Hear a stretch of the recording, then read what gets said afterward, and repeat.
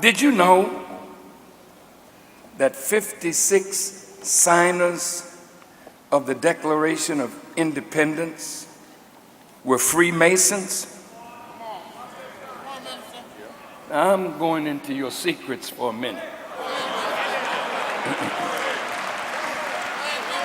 Not you, Black Mason and Shriner. You don't have any secret. It's the white Masons and Shriners that we're going to expose in a minute. And listen to this.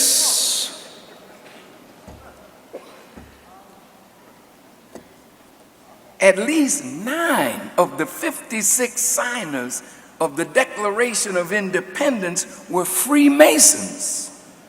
George Washington, Benjamin Franklin, James Monroe, John Jay, John Hancock, Paul Revere, John Paul Jones, and James Otis. Later on in 1870, out of Freemasonry came a higher order of Masons called the Shriners. Now the difference between Masons and Shriners is that to be a Shriner, you must be a master Mason in good standing. Now those of you who don't know anything about this, just hold your seats. I'll get back to you in a second. A Shriner belongs to the ancient Arabic order of the nobles of the mystic shrine. But wait, what kind of language is that? And all their temples or mosques are named after cities like Mecca, Medina, Syria, Aleppo. These are all parts of the Muslim world. So Arabic is in their name to describe the nobles. And a noble is a hereditary class that has special social political status in a country or state.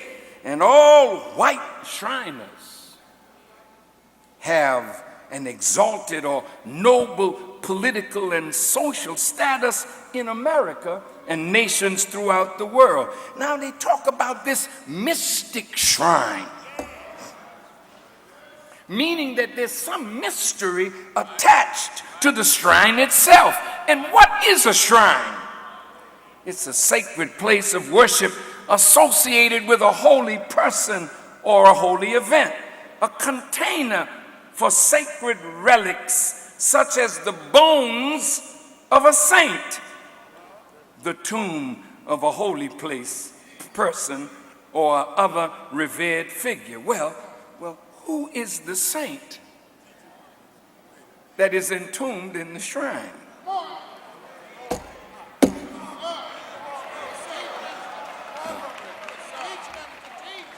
boy. Who is that holy person whose bones are in that shrine? It's not just the bones of an architect of King Solomon's temple. No, that's cheap stuff. What is entombed in the shrine are the bones of those who are connected to the originator, and with him are the architects of that which you call universe and all therein. Now, this holy person is now entombed in mystery, meaning that there's a secretive knowledge of that tomb that is only given to those who are master Mason. These people are called Muslim Shriners or Muslim sons. We get a question in our lesson: why does Muhammad make the devil study from 35 to 50 years?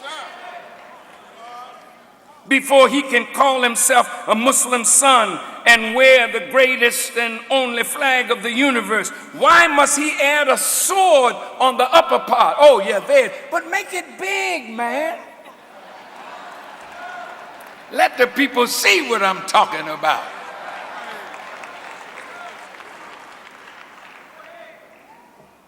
Now, you have to remember, this question is put to us by Master Farad Muhammad.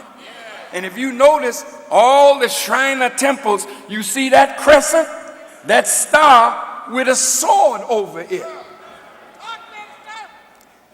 You think they don't know Islam?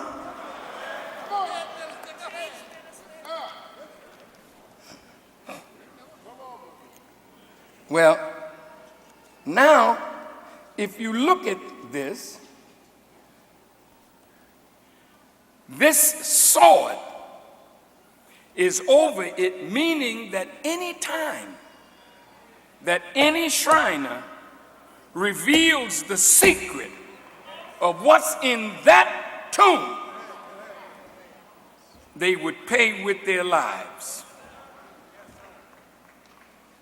Well, what is the secret of the ancient Arabic order of the noble of the mystic shrine? It is you. It is your destiny. It is your future.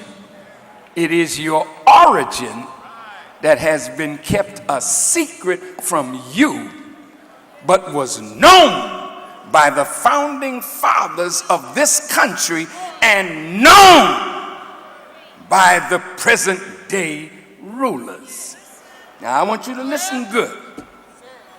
Elijah Muhammad said, you are the direct descendants of God himself.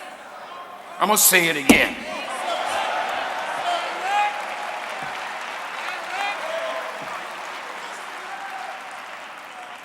You are the direct descendants of the originator of the heavens and the earth, and you are the natural Khalifa of God himself.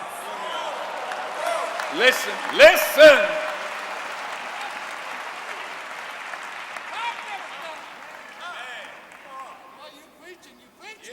It is Arabic they use because Arabic is the original language of the Asiatic black man.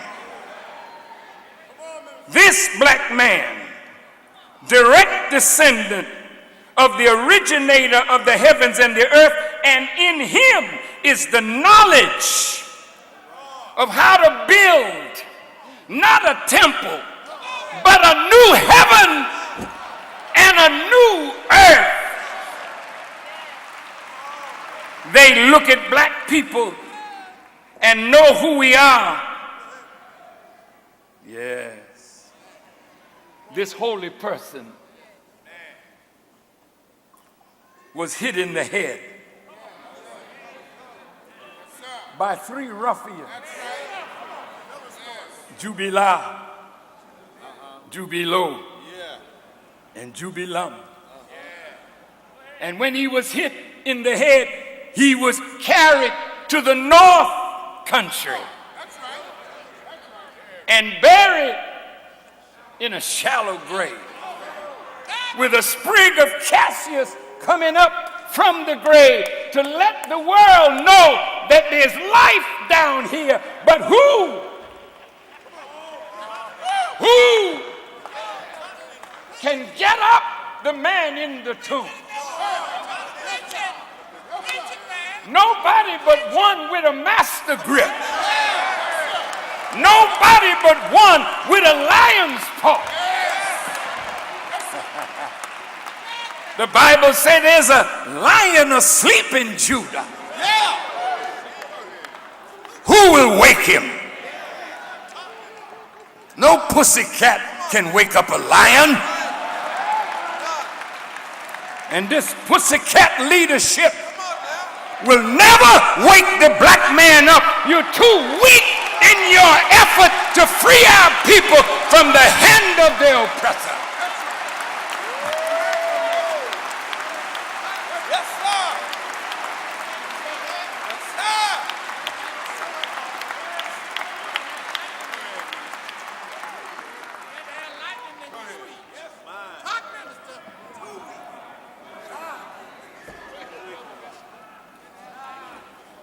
This one is really a metaphor. It is an allegory, it is a fable that describes something that has happened to a real person. One who is a direct descendant and has in his DNA that potential of building a new heaven and a new earth. His name is Hiram Abith. Hiram in Hebrew means a noble one. He was a noble. He was a holy person. And in the story, they put him to death and they buried him in the North Country, North America. He's buried here. But he can be revived. The secret of Hiram is the power of the enemy through the Freemasons and the Shriners to lock down the black man and make sure that he never rises. The Masons and the Shriners, the white ones, are like that stone that was at the tomb of Jesus to keep Jesus from rising, but an angel came and rolled the stone away, and when they looked, he had risen.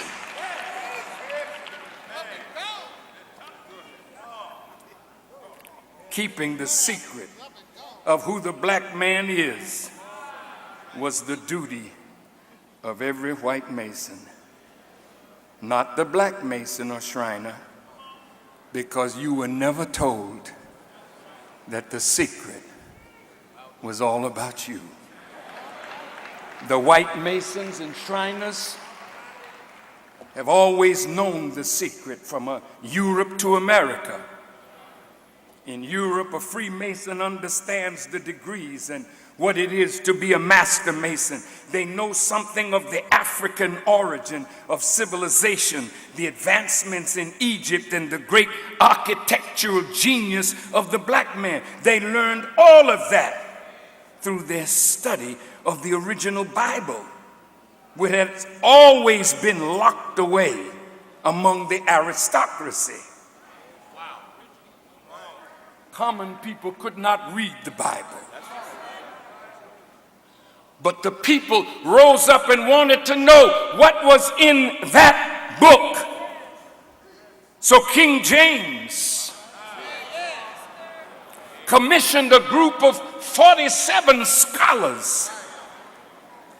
Some believe included William Shakespeare, to rewrite the Bible and give it a diluted version, so that the common people who did not know science would never be able to know the truth that was hidden under allegories, metaphors, figures of speech.